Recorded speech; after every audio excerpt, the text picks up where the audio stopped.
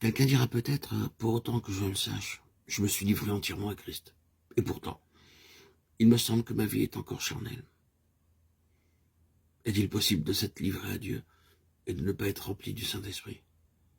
Oui, il ne suffit pas que la vie soit dépouillée et purifiée, et doit encore, par le moyen de la foi, être enrichie de la plénitude de l'Esprit. L'âme consacrée dit, Seigneur, je ne m'appartiens plus.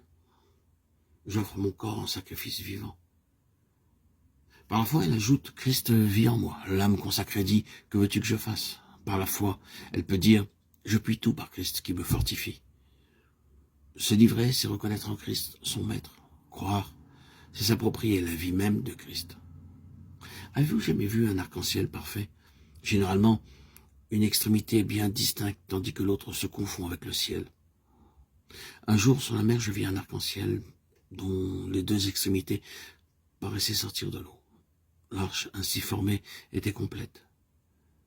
Par ce phénomène de la nature, le Saint-Esprit me fait comprendre le rapport de la foi et de la grâce en ce qui concerne le salut. C'est par grâce que vous êtes sauvés, par le moyen de la foi. Le pont qui unit la terre au ciel est d'une seule arche.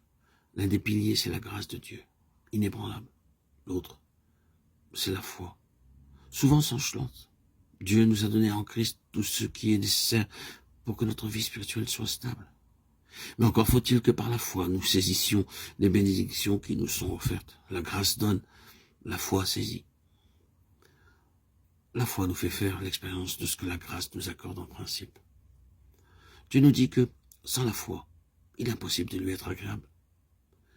C'est à cause de leur incrédulité que les disciples se sont attirés les réprimandes les plus sévères du Maître. Le Seigneur Jésus est excessivement attristé lorsque sa présence, ses enseignements et son œuvre nous laissent sceptiques. Vous vous souvenez, lorsqu'il était dans la barque au milieu de la tempête, ses disciples eurent peur. Qu'il reproche dans ses paroles? Quoique la tempête fit rage, que les vagues fussent violentes, qu'elles furent endormies, cependant il était là. Pourquoi aurait-il eu peur? La crainte et la foi sont incompatibles. Et il leur dit, pourquoi avez-vous peur, gens de peu de foi? Alors il se leva, menaçant les vents et la mer, et il eut un grand calme. Matthieu 8, 26. Une autre fois, Pierre, sur l'ordre du Seigneur, marchait sur la mer. Le vent s'éleva et Pierre commença à enfoncer. Quelle raison avait-il de douter? Celui qui appartient à la mer lui avait dit, viens. Il allait de soi que son secours ne pouvait faire défaut. Le doute et la foi sont incompatibles. Si nous doutons, nous manquons de foi. Si nous avons la foi, nous ne doutons plus.